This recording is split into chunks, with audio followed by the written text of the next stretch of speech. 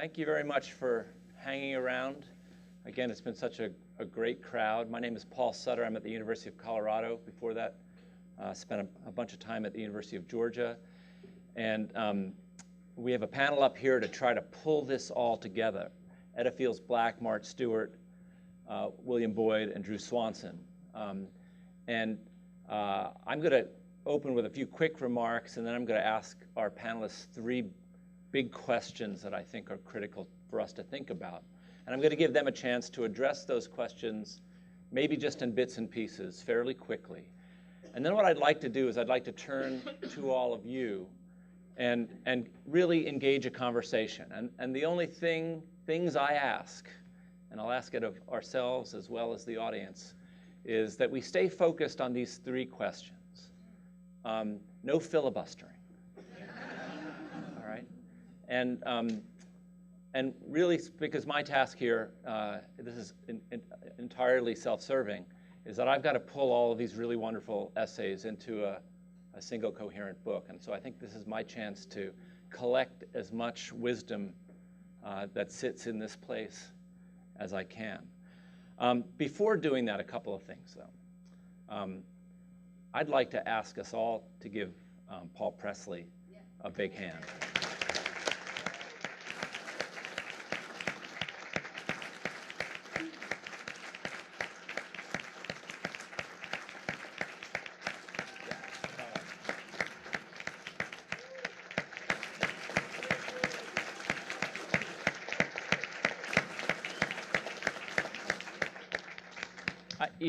I'm fully aware, as many other people, and Paul would be the first person to say this, that pulling this off took a tremendous amount of work from a tremendous number of people. It took a lot of money, and I'm sure many people in this room contributed that money. But none of this would have happened without Paul bearing the torch, lighting the fire, bringing us all together, and creating the vision, really, for this gathering. So thank you, Paul. And I also want to acknowledge that I would not be here, really, were it not for the tragic loss of Mark Finley, who is a friend, and so he's with us today. Okay.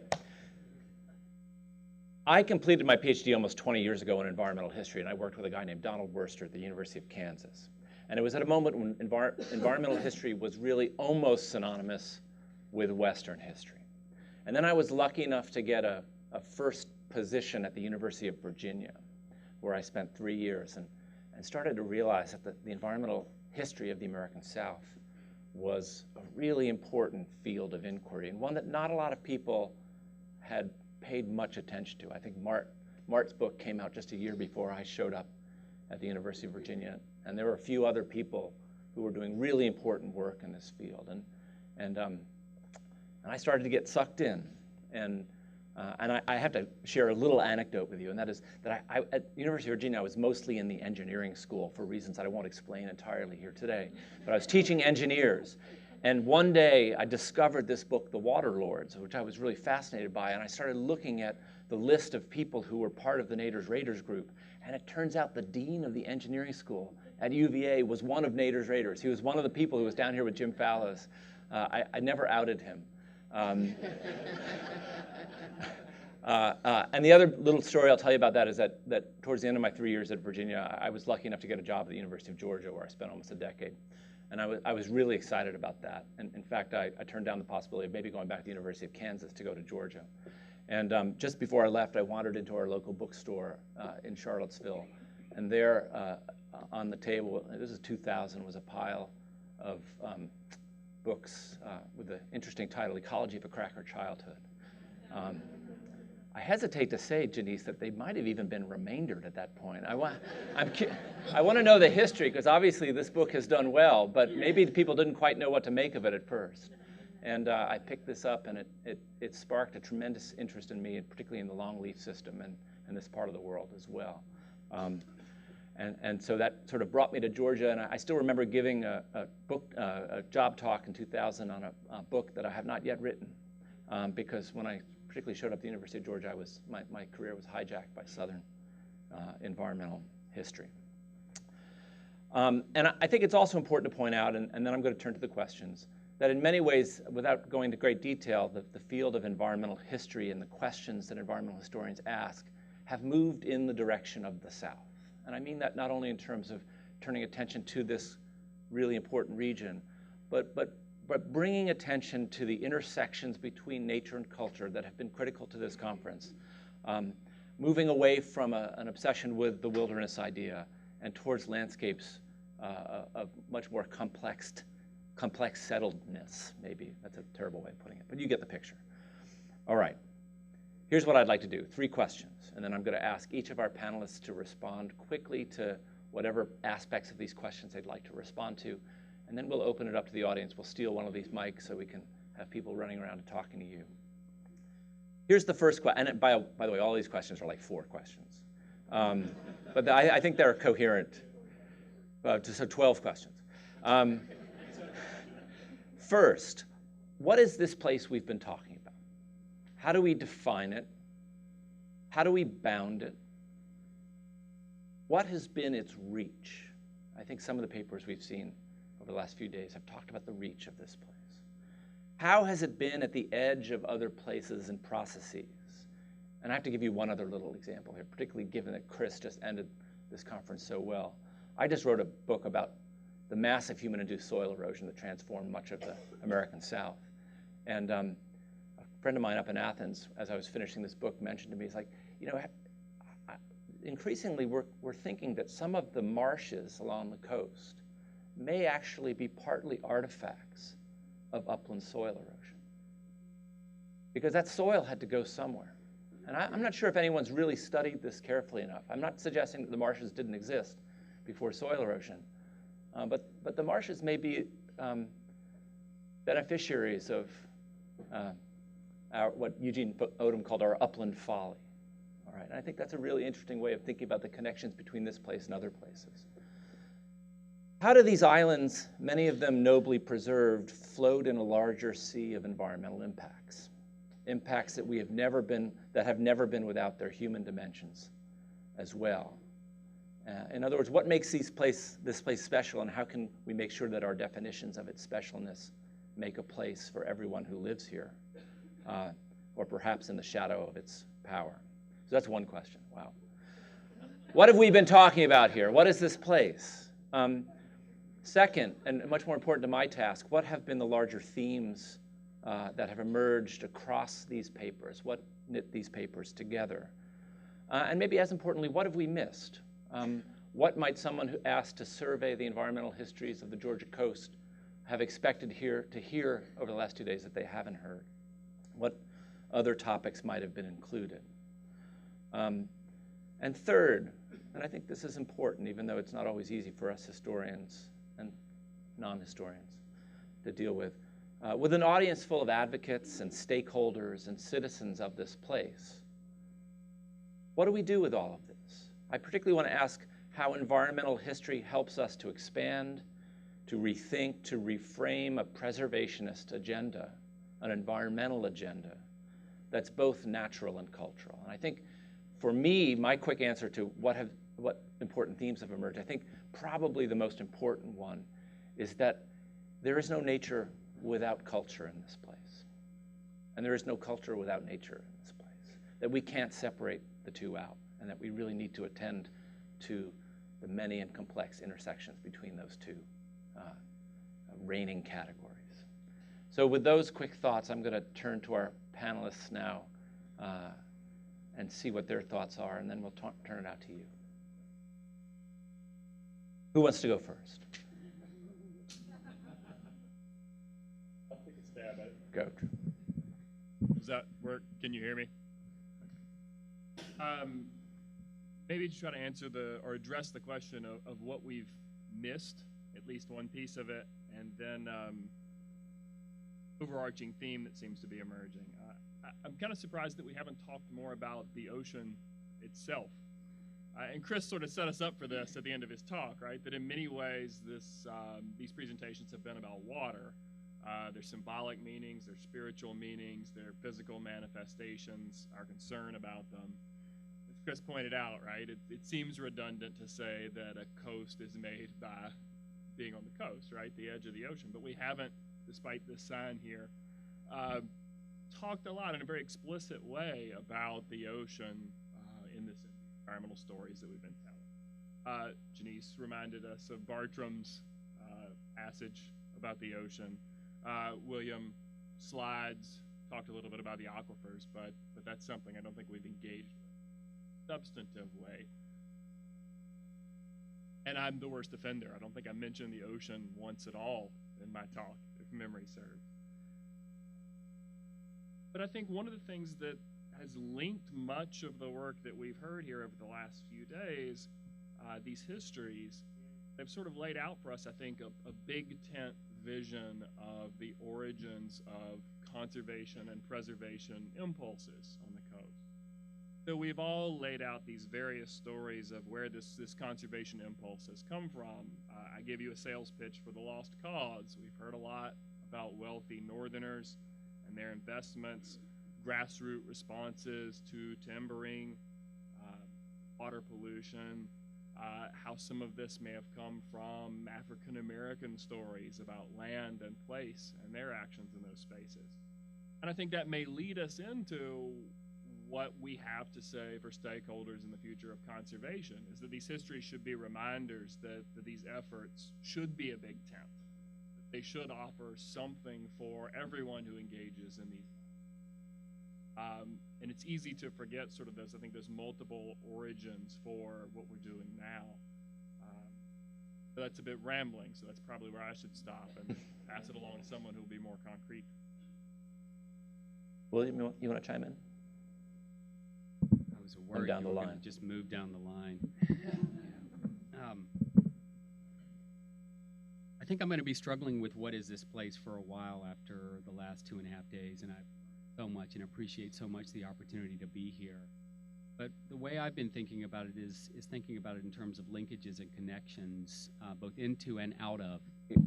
Linkages and connections both sort of into and out of the place, and following those linkages and connections into the rural South and into the history of the rural South and part of my own sort of efforts, and thinking about it in a broader social material context of kind of industrial ecological metabolism, if you will. Think about the ways in which these big transformations have, as I said earlier, kind of pulled people and places into this emerging industrial order, and what that really means going forward. In terms of some of the things that we've left out,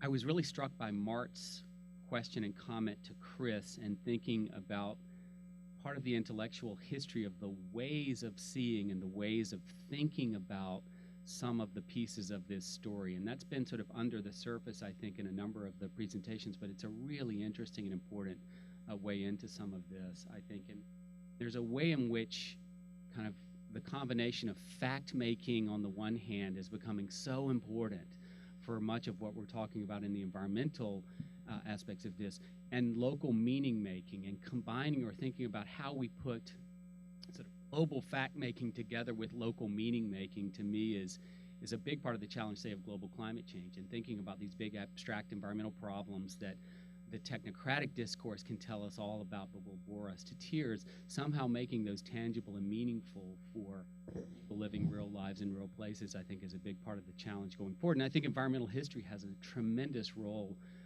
to play there. And I've always thought that Southern environmental history, and whether you like it or not, I consider myself a Southern environmental historian, certainly after this conference. And I really, it's been remarkable to know Paul and others, and to be able to work with him and see this field take shape, and so many people who've worked with him as well.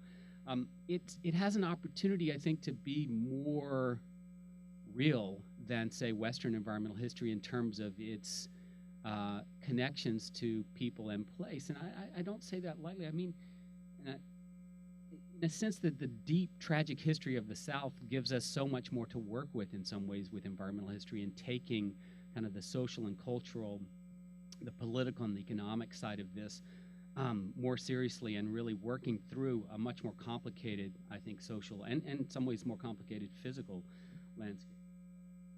I think there's a subtext in some of this as well about forms of enclosure.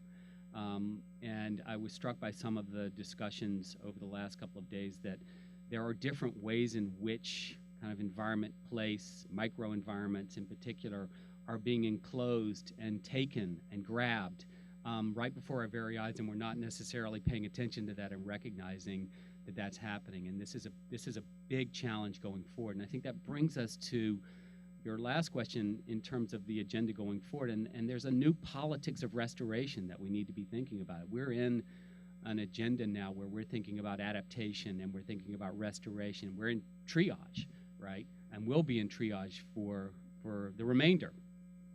It's a world of triage and tragic choices.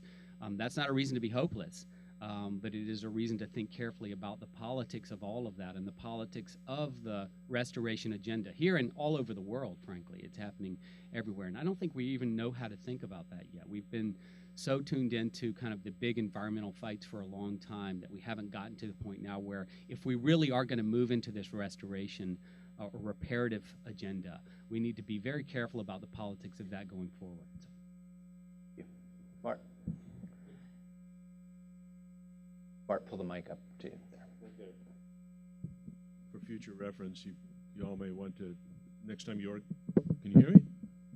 Next time you want to organize a conference, you might like to know what I do, which is to disagree with Paul. We always do this. Set it up so that Paul says something and then I disagree with him, but only a little bit. I think we've already talked a little about the relationship between upland erosion and, if not marsh formation, the importance of silt as it came down the rivers for low country rice plantations, but also the change in water patterns and the increase in flooding, both frequency and intensity of flooding as the watershed is Savannah and Bart, you got to really speak in the mic, and they're not hearing you. Yeah. And forget my notes. In any case, I think that one of the themes of this conference has been follow the water, and for a lot of the other questions, I'll just refer you back to my opening talk. But I think if I did that over again, I would add something about water, a section about water, islands, edges. Islands, water, edges, and globes, something like that, because almost all of these papers have talked about water and water in ways that I had not imagined. One of the most inspiring talks for me was talk about partly because it linked the coastal plain and the upper coastal plain to the coast in ways that I had not yet imagined, but the way that it linked the exploitation of forest resources on the coastal plain with the sea, and the whole southeast region in terms of the Floridan aquifer in ways that are really tangible.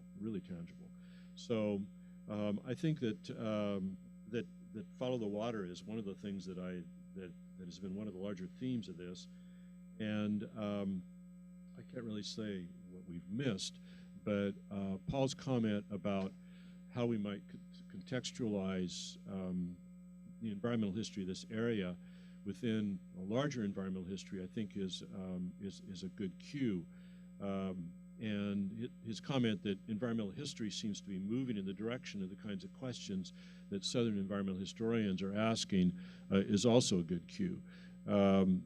There's actually an older history of this. I mean, the history of talking about the South, not in comparison to the rest of the United States or to the West, but to the rest of the world, because of a long history of agriculture, because of diseases that look kind of like tropical diseases and sometimes are, because of the history with race, with slavery, and so on. A history with tropical crops, crops at least that require very long growing seasons, that there's a lot about Southern environmental history that has a lot in common with environmental history of other places in the world, and certainly not the West.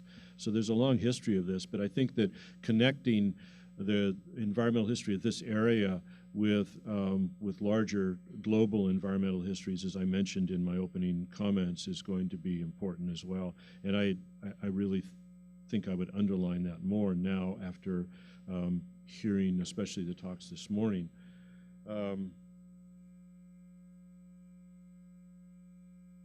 One of the other things that's been striking about this, and I have to say, pause for just a minute if I can, and add to what Paul said about this conference and our thanks to Paul Presley, is that I've been around the block a few times. I've been to a lot of conferences over the years. I've organized a dozen of them myself in an amazing variety of venues. And I've never seen anything quite like this. I mean, this has really been a remarkable conference, not only in terms of the real substance that I've heard from the presenters, and even after 30 years of studying the Georgia coast, I've been rattled a couple of times, which is a really good thing. But the way that every imaginable detail has been taken care of, but also the commitment and the passion of the people, the large number of people who have attended this conference. And that's been really impressive to me. What Nature Suffers to Grow is a labor of love for me, and this has been a wonderful homecoming as well. I want to thank you for that. One of the things that's really clear from this gathering, from our conversation, is that environmental history of this area is a high-stakes thing, something that is not just a kind of nice history to think and talk about. I mean, it's that. But the stakes are really high, and what we do with this and how we come to understand Georgia coast and this area, this region in environmental terms, and how we understand and live in this place, how you live in this place, how I visited and wish to live here. But it's really very high stakes. At the same time, I think it's very important to keep in mind when we look at environmental history that it's history, that it's not a justification for the present, that we don't read too much of our environmental concerns back into the study of history, so that we use the wrong language, we ask questions that can't really be asked, and we miss what we should be looking for in order to understand how people who lived here in the past understood coastal environments. I think that's really important. It's also important for us not to be satisfied with what we find, because one of the big questions that came up, and I think in Drew's paper especially, at least indirectly, one of the issues that came up was has to do with how we think about the pristine and how we think about nature and imagine it, visualize it on the Georgia coast. It's a kind of a combination of a beautiful place as well as ruins. And I think that image of things, when it gets fixed, it has a lot of use, it's a very useful tool for appealing to consumers, to appealing to support people who might support conservation initiatives. But it also takes history, it takes nature out of history, and it takes history out of history in ways that can be really pernicious. And so we have to be aware of what we're doing when we begin talking about protecting coastal environments as beautiful, pristine, and perhaps wild places. We need to be really careful not to do that, not to allow ourselves to live in, even as we're doing history, in the just absolutely incredible fluidity of this place.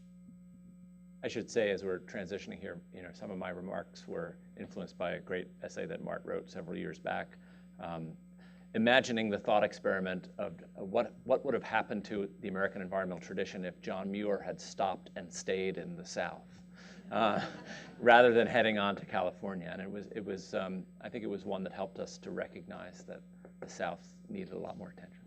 Yeah.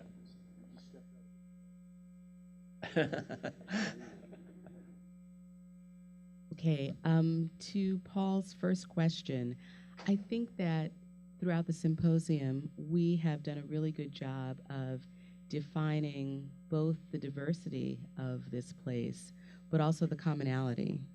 So looking at things like water that draw the region together in different ways, but also the sheer diversity of the natural in the coastal region. And the intersection, but also distinctions between the uplands and the lowlands, something that I think we could have talked about a little bit more, is the relationship between coastal Georgia and the uplands, as well as coastal Georgia and the sea. The larger themes that I was most focused on, and these, I appreciated Paul's comments in the beginning reminding us about sort of the roots of environmental history in the West. And those roots, very different than Southern environmental history, which by necessity, in dealing with the wild and dealing with the built environment, the fact that environment is largely built on the labor of the enslaved. And so I was very interested in one of the common themes, that the ways that enslaved Africans and their descendants interact with the environment and how it frames their identity, how it frames their historical memory, and how both of these elements have changed and continue to change over time. I think this is a very important theme that distinguishes the work that we've done here and brings us, a very important contribution in general of Southern environmental history. What have we missed? I think that along the lines of this particular theme, I think that we could have talked more about the contemporary period, that our treatment of the enslaved and our treatment of their descendants, the descendants of Africans, was historical. And I think that there are lots of contemporary issues that we could have discussed about the ways that African Americans interact with the coastal environment and the intersection between the coast and the uplands. What do we do with all of this? Historians don't really do anything. We Don't tell the we regions. study things and we write about them. So this question's a little out of my element, but I'm going to try. I think it's interesting to think about what lessons from the past can teach us about challenges for the future. And simultaneously, and here I'm going to agree with Mart, what current and future challenges are truly new? And do they require entirely new solutions, some of which are going to come from global inspiration? And so I think looking to the global and the ways in which Southern environmental history not only grows out of Western environmental history, but also grows into a global environmental history, is something that could be important.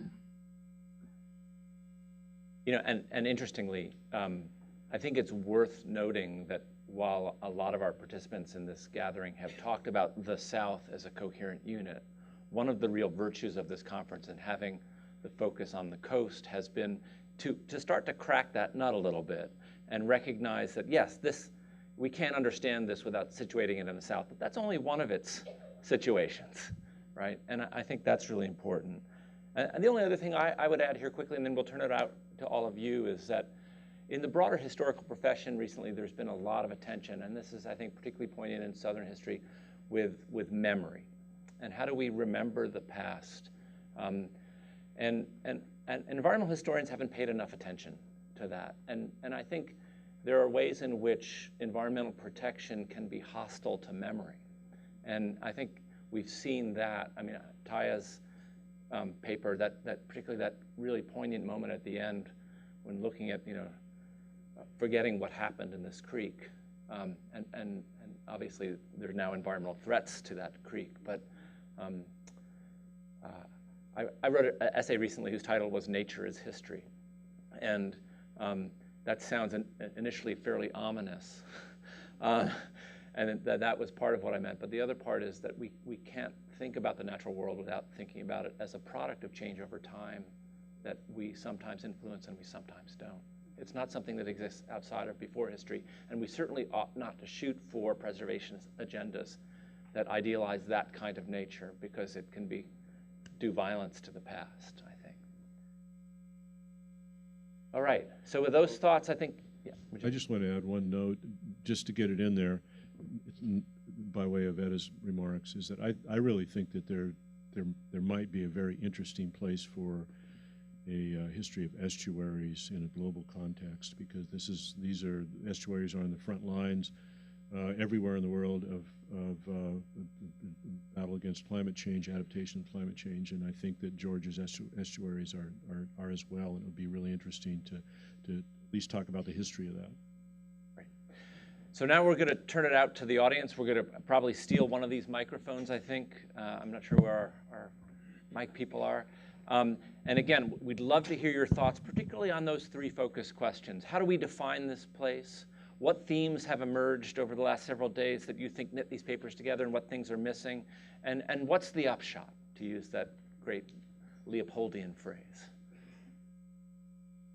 Yes, I'm Eric Norton, and thank you once again. This has been absolutely phenomenal. One of the things that I think that we may have missed is the environment's effect itself on the environment.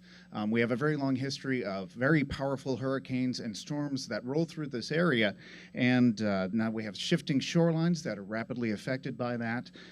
So not necessarily climate change, but environmental events that have been very powerful, to the point where at one instance there was a 20-foot storm surge that raged across the coastal area.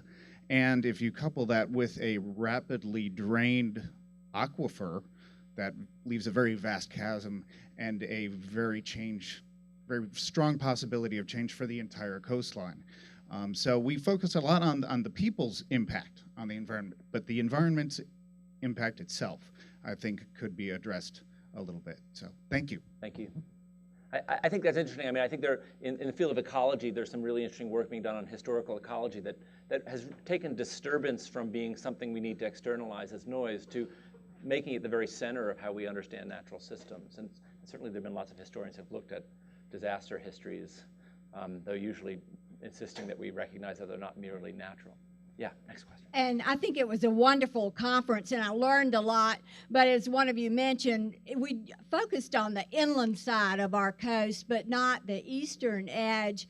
And I think it's pretty interesting to look at the effect of the eastern edge, thinking about the shipbuilding industry at Ossabaw when the pine trees were harvested for the mast of for the sailing ships, and how that impacted the huge shipbuilding factory in Savannah during World War II, and how it drew inland residents into the area and then left the huge contamination, which I think we're still working on reclaiming.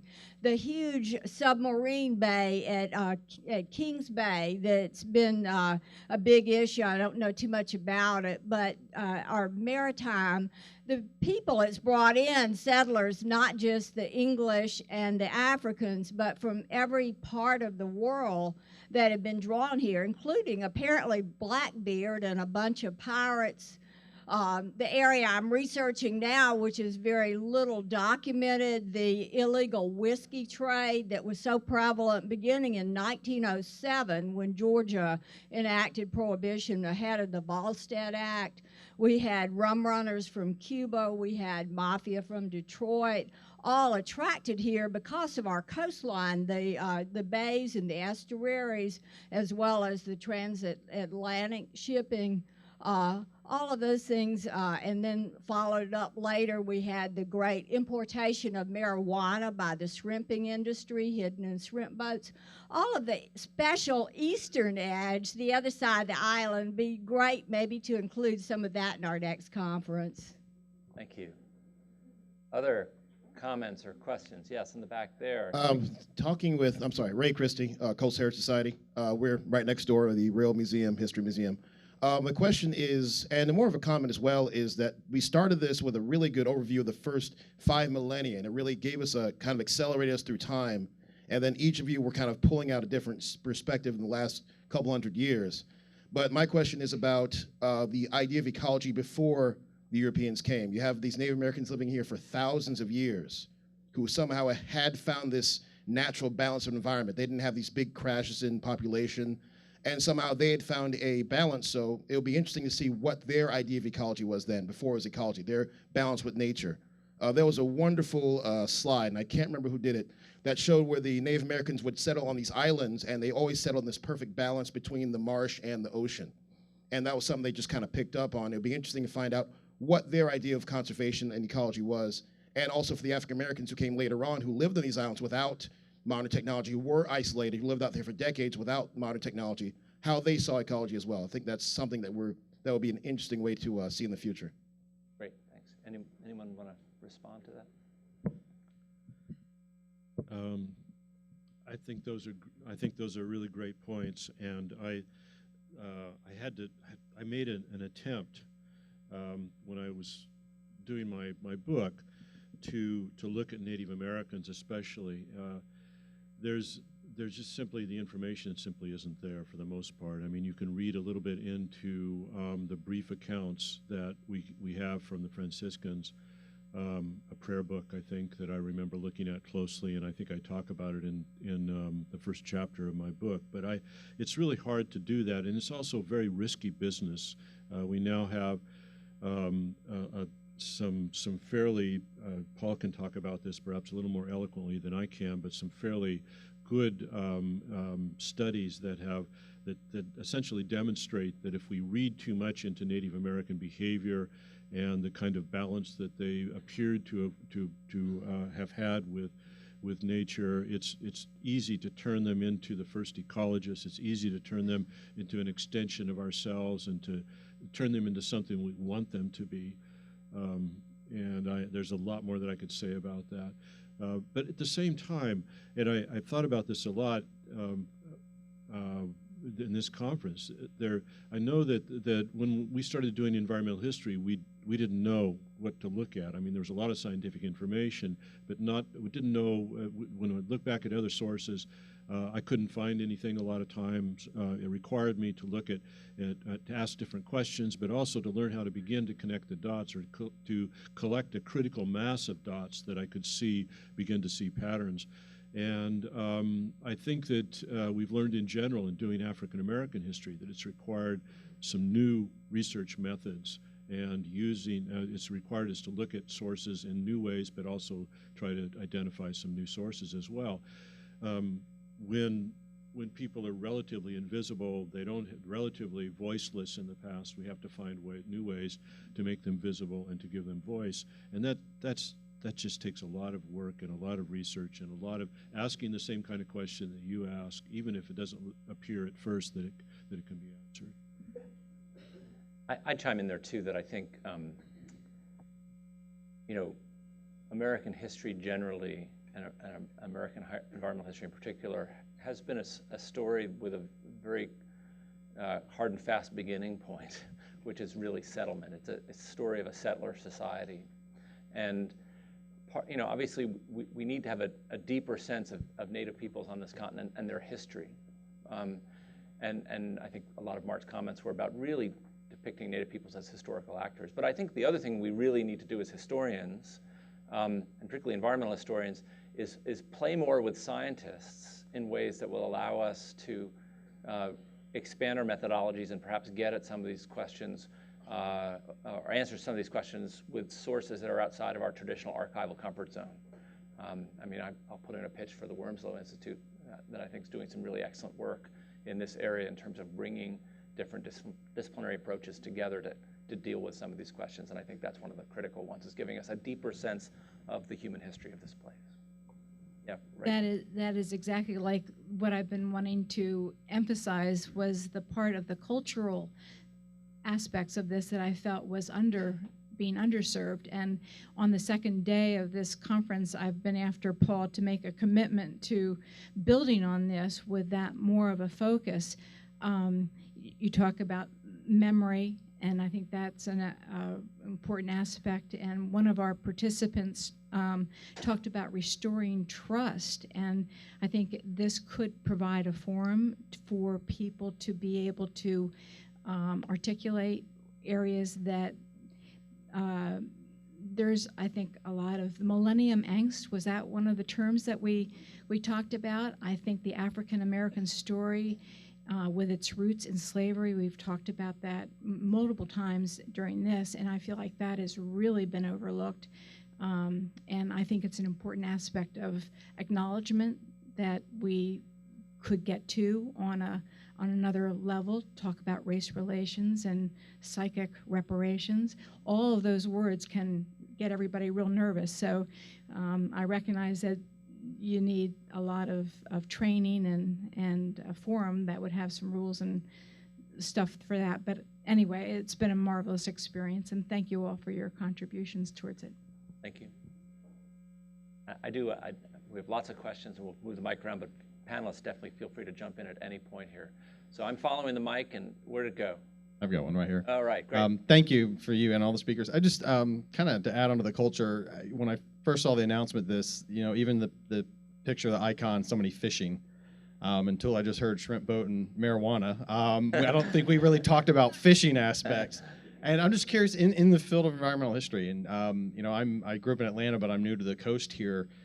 That's one of the things that that's an iconic symbol to me, is the relationship between fishing and our communities and our environment. And I'm just wondering, are you familiar with any resources out there that touch on that? And it also makes me think, in the future of environmental history, 100 years from now, you're looking at how we are losing fishing culture, not just here in Georgia, but in a lot of places, at least on the commercial side. And just seeing if any of you could comment on that, if any that you're familiar, if any of your colleagues touching on this subject. Thank you.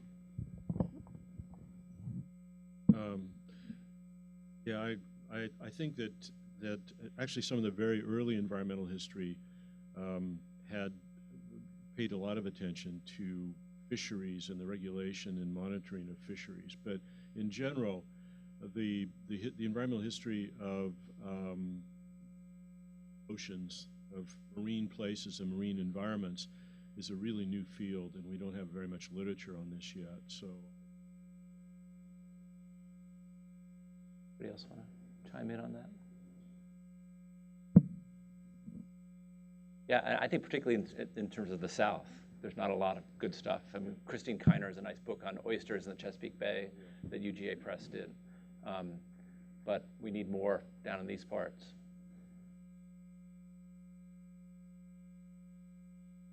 I have a microphone, if that Go. speed things up a little bit. My name's Rachel Perkins. I live here locally, but I'm from New England, where environmental history has been around for quite a while with so on. I picture the landscape down here on the coast. We've spoken a few times about things that happened after Reconstruction, and this has always been a landscape of deconstruction. You got deconstructed mountains down here, reduced to the clays and the sands, moving back and forth. The whole paper industry, taking that tree and deconstructing it till its fibrous form and creating a new thing. And I want to echo what was said up here, is that I think this is the landscape where we can start the deconstruction of that southern, I won't say southern, it was universal across the country, but that divide between black and white, the plantation and the house in the back, that this is a place with some of those things going into ruin and a new order coming out of that in the future we can look at the South coastal areas as a place to reconstruct relationships that have were so separated by that construction of the plantation life. Yeah.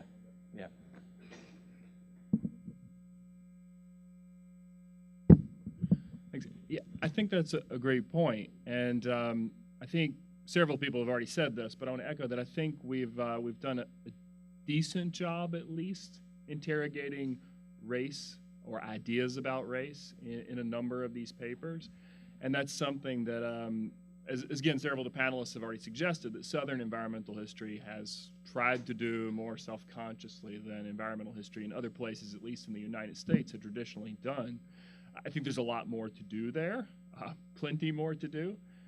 But I think another theme that's connected to that, that's come out of many of these papers, is that this conference has been a lot better about issues of class in Southern history, in this particular place, than Southern environmental history has often been, in a way.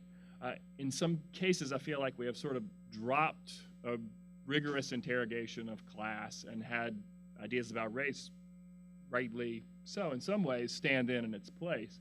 But many of these papers, many of these speakers have talked about the importance of class relationships in how the environment was used, but also how its conservation and its preservation was interpreted and envisioned. So I think those conversations about this landscape that has wealthy Northerners, freed people, if we're going to talk about the Reconstruction era, former planters, it's that mixture of class and race visions about this space that I think is in some ways fruitful, because it's a way to get at a broader American experience through a particular place in a productive way. I'd like to commend the whole conference and the panel and Paul Presley, who's done a great job. I'm Alan Campbell, and along with Janice Ray and Philip Juris, one of a handful of art professionals in the different disciplines who have attended this conference. And I was thinking of Janice's comments, and I've heard her speak before, and she's a friend, and I was thinking of a comment was made by the National Science Foundation one time on the role of sending artists to the Antarctic, and which I participated in. And it's interesting how the themes on the global level of global warming can be related back to rising sea levels at Tybee. But their reference was the ability of the arts to go beyond the terms of science and to help generate public awareness. And I was also thinking about the role of Thomas Moran when he went on an expedition that brought back incredible paintings of Yellowstone that helped trigger the National Park Service, and the role of the arts and science in a dialogue that's been a large part of a number of our careers in this room. I think would like to see that brought into a little bit more of the topic, because it's a growing movement. And I'll give you a couple of quotes. One of them was by Albert Einstein, who said, "Sure, it would be possible to describe a Beethoven sonata as a series of variations of wave pressure. But what would be the point? It would lose all meaning." And another one by the famous Antarctic explorer from Australia, Douglas Mawson, who said, "We came to probe the mystery, to reduce this land to the terms of science. But there is always something indefinable which holds aloof and rivets our souls." And the ability of Sidney Lanier's poem to influence the state of Georgia legislature, I just thought was an incredible example. And this alliance between the arts and sciences, I would like to propose as an ongoing topic for the future of the symposium. Thank While you. you're jotting down all these, the next one on Native Americans, and after that, arts and sciences. Would any of our panelists like to respond to that? I actually want to make two quick comments on that. One, if I had to say what was missing from this conference, one thing I would say is actually more on the history of science. This coast has been really important to scientific study, and that's critical to why it is as it is today. And we need to think more deeply and, in fact, critically about it. But the other thing I'd say is that I think our field of environmental history and is kind of aesthetically impoverished. We don't talk much about aesthetics anymore. And I mean, Janice did a really nice job yesterday talking about these layers of place. But there is a way in which environmental history began as a very strongly, feel very strongly inflected by environmentalism, and then came to deeply be suspicious of its environmentalist aspects. And one of the casualties of that, I think, was a sense that aesthetics is mushy and ungrounded, and something that we ought not to be trucking in. And yet, the more I think about it, the more I think the things that really ultimately move us. When Bert and I did this book with Leon Neal about how to manage longleaf forests, the thing that ultimately moved Leon was, I want to perpetuate beautiful forests, right? And I can talk to you about biodiversity, and I can talk to you about all these other things, but to me, the most important thing is beauty. And it was a deep sense of that, not a shallow sense of that. And maybe what we really need is figuring out ways to build deep senses of beauty in these places. And then maybe spend more time talking about it within our field. And that's got Mart going. So. Yeah, as long as we keep in mind that different people have different ideas about beauty. You know, I remember that the comment that Jack Temple Kirby makes twice in the Mockingbird Song, the Bancroft Prize-winning environmental history of the South, that the smell of the paper mill was his father's Madeline. You know, that his father had grown up during the Depression. It meant jobs. It was beauty. We have to keep that in mind too. There are thousands of places on Earth where the land meets the sea, and I can't believe that all of those are unique. I think perhaps we're looking at this environment on our coastal area as being perhaps unique. Now, Mark and Eda have alluded to the fact that there are other places in the world, but I just wondered whether we could have spoken a little bit about how other experiences are similar to ours or different from ours. Would you like to talk to that? Yeah, there's a difference. I mean, I think what you're suggesting here is comparative history, and there's a, you know, I think we need to make explicit the difference between linking our history to related histories in other regions, in the uplands, in other regions around the globe, and doing comparative history. But there's also a long history of doing really fruitful comparative studies in Southern history in general. The comparative history of emancipation, for example, taught us a lot about how to ask questions about that part of Southern history. So, and I agree, you know, and I think my comment about a study of the history of estuaries, the environmental history of estuaries, doing a comparative study might be one of those possibilities for that.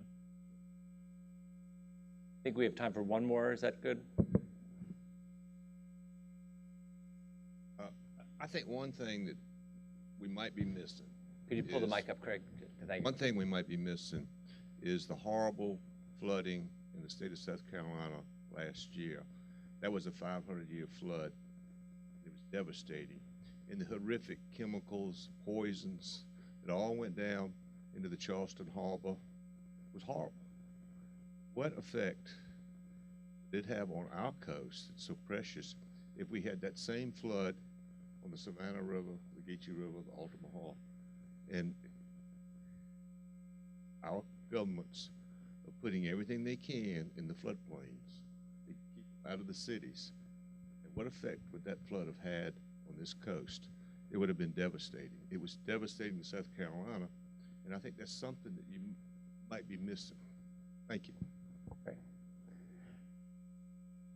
I think what that asks us to do is to take a look at what we were talking about. You look at the history of that flood, talk to scientists who are doing scenarios, flooding scenario, impact scenarios, and then answer that question, or try to answer that question. Right. Yeah.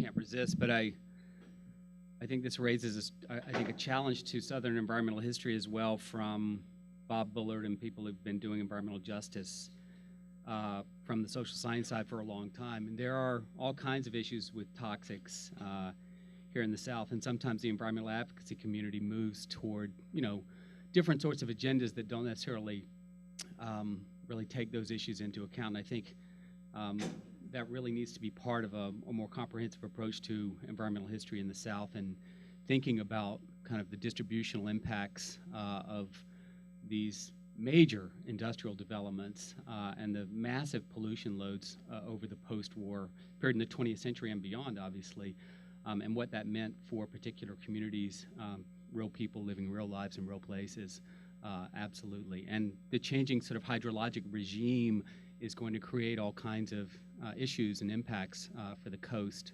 over the years to come, for sure. So I do think that is that's been something I've struggled with in my own work. It's hard to research that in some ways and make it part of the story, but it's really, really important, I think, going forward. We have to wrap up, but anyone have any last-minute quick thoughts they want to throw out here? All right. Well, we want to thank you very much. And I know Paul has one final rite of passage, I think. I was so impressed yesterday with what Janice Ray had to say. I've asked her to recite the Marshes of Glen. But not all of it. And what if behind me to westward the wall of the woods stands high? The world lies east. How ample the marsh and the sea and the sky. A league and a league of marsh grass, waist high, broad in the blade, green and all of a height, and unflecked with a light or a shade, stretched leisurely off in a pleasant plain to the terminal blue of the main. Oh, what is abroad in the marsh and the terminal sea? Somehow my soul seems suddenly free from the weighing of fate and the sad discussion of sin by the length and the breadth and the sweep of the marshes of Glen.